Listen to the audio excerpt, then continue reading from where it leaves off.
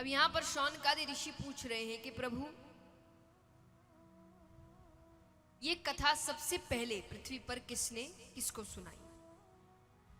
सूत जी बताते हैं ये कथा सबसे पहले सनकादि ऋषियों ने नारद जी को सुनाई। सनकादि ऋषि कौन है बताइए? ये ब्रह्मा जी के 4 मानस पुत्र है, सनक, सनंदन, सनत कुमार, सनातन। हमेशा एक साथ रहते हैं, इसीलिए उनको सनकादि ऋषि कहते हैं। तो विस्तार में इस प्रसंग को बताया गया है कि नारद जी ने पृथ्वी की बड़ी प्रशंसा सुन रखी थी, तो परिक्रमा करने आते हैं। करते करते हरिद्वार तक जाते हैं, वहां उनका मिलना सनकादि ऋषियों से होता है। अब सनकादि ऋषि देख रहे हैं कि नारद जी के चेहरे पर चिंता के भाव है, उदास है बहुत।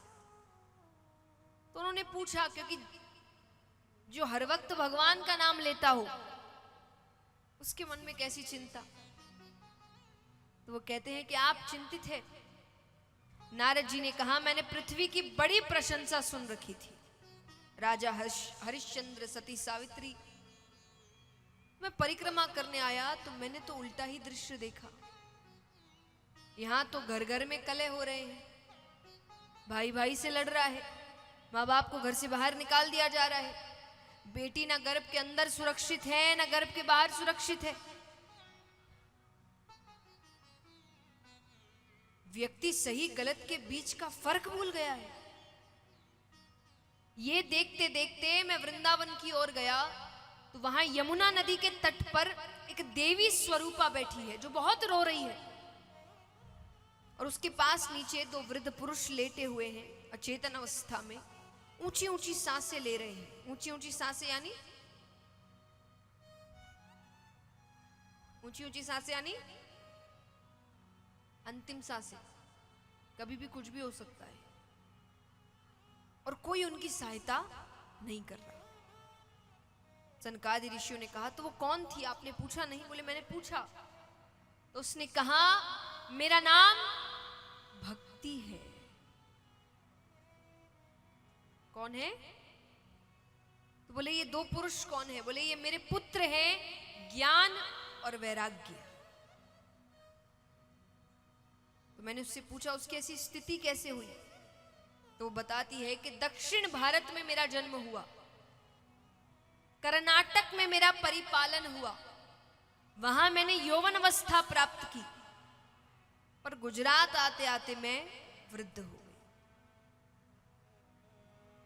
अब देखिए, ये इस प्रकार बताया गया है क्योंकि उस वक्त दक्षिण भारत में बड़े बड़े संत हुए जिन्होंने पूरा जीवन ही भक्ति के प्रचार प्रसार में लगा दिया, इसलिए भक्ति का जन्म दक्षिण भारत माना गया है। कर्नाटक में परिपालन हुआ, जहां आचार विचार शुद्ध होते हैं वहां भक्ति बढ़ती है। आज भी कर्नाटक में कितने भक्त हैं जो निर्जला एकादशी का व्रत नियम अनुसार करते हैं। इसीलिए कर्नाटक में भक्ति का परिपालन हुआ, वहां उसने यौवन अवस्था प्राप्त की, पर गुजरात में भक्ति वृद्ध हो गई। उस वक्त गुजरात में बिल्कुल भी भक्ति नहीं थी, बिल्कुल भी नहीं। यानी स्थिति ऐसी थी कि अगर किसी के सर पर टीका लगा भी देख लेते तो सब काम काज छोड़कर पूरा गांव इस चक्कर में लग जाता कि इस व्यक्ति को बाहर निकालो, ये गांव खराब कर देगा। उस वक्त भी ज्ञानी तो होते थे, संस्कृत के पंडित होते थे, तो उन्होंने भक्तों के विरोध में श्लोक लिखे हैं। वो कहते हैं कि काष्ठ कंठी मृगतिल की, जो तुलसी की माला पहनते हैं, तिलक लगाते हैं, कि काष्ठ कंठी मृगतिल की पाखंडी ना संशय, ये पाखंडियों के लक्षण है। कि काष्ठ कंठी मृगतिल की पाखंडी ना संशय, मूर्खा नाम लक्षणम चैते है तप मुद्रा धरोमिता। जो तुलसी की माला पहनते हैं, तप करते हैं, तिलक लगाते हैं, भगवान का नाम जप करते हैं, ये सब मूर्खों के लक्षण हैं। ऐसी स्थिति थी।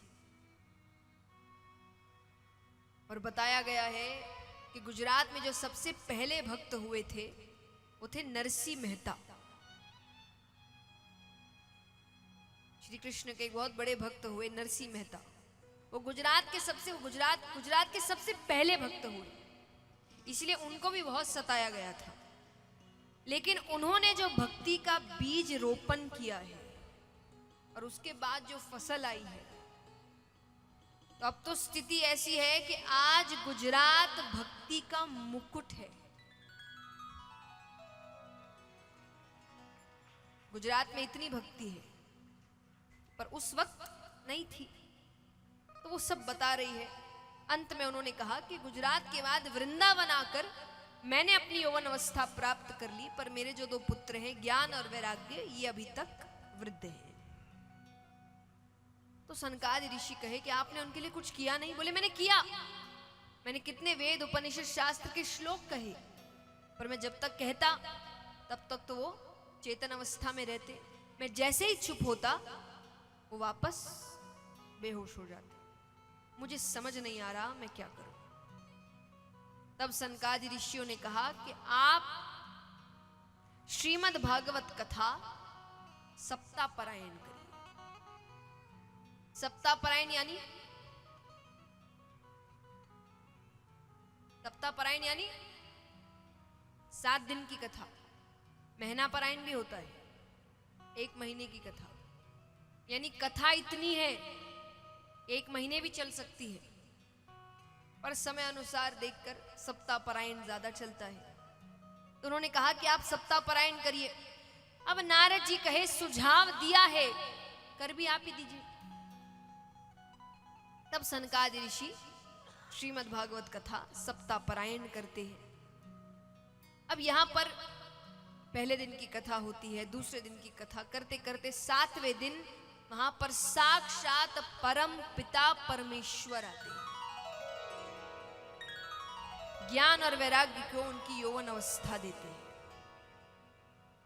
अब भगवान ने भक्ति से कहा कि तुम्हें क्या वरदान चाहिए मांगो। भक्ति कहे वरदान से कहीं ज्यादा मुझे एक वचन चाहिए। बोले कैसा वचन? देखिए उससे पहले मैं एक चीज समझाऊं। कलयुग में भगवान को प्राप्त करने के 2 स्वाभाविक रास्ते हैं। कौन कौन से बताइए?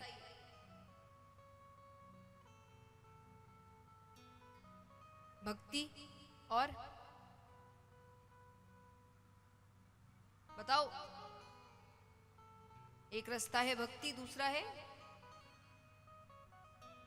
वो तो भक्ति के अंदर ही आता है। जोर से। वो भी वो सब चैप्टर है। सब्जेक्ट भक्ति, आप सब चैप्टर के नाम बता रहे हैं। चैप्टर और चैप्टर ज्ञान दूसरा है। तो भक्ति और ज्ञान ये 2 रास्ते हैं भगवान को प्राप्त करने के। तो यहां पर वसुदेव जी यशोदा मैया के पास जो कन्या सो रही थी उस कन्या को उठाते हैं और भगवान को वहां पर सुला देते हैं। वापस कारागार के अंदर पहुंचते हैं। बेड़ियां अपने आप लग गई, दरवाजे अपने आप बंद हो गए। जो सेवक खड़े थे, सैनिक खड़े थे, वो नींद से उठते हैं तो देख रहे हैं कि कन्या हुई है। कन्या के रोने की आवाज आ रही है। कंस से जाकर कहते कि कन्या हुई है।